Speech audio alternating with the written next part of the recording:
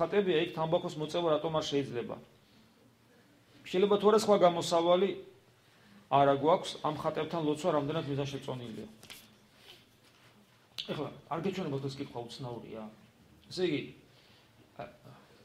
ხატებ სახში მაგ კედელზე ხატები. ესე იგი სხვა გამოსავალი არ არსებობს თუ არ მივაბოლე იმას თამბაქოს ბოლი. რა კითხვა ეს?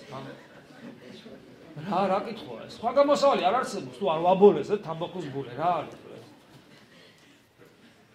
თუ სახში ისეთი სიტუაცია გაქვს, რომ გინდა თუ არა ირონა გავაკეთო, შვილო ჩამოხსენე ეს ხატები და შენთვის საწოლო თახთან გქონდეს და როცა ლოცვა გინდა გამოაბძანე და აბძანე ილოცე და შეინახე. რა სასიამოვნოა.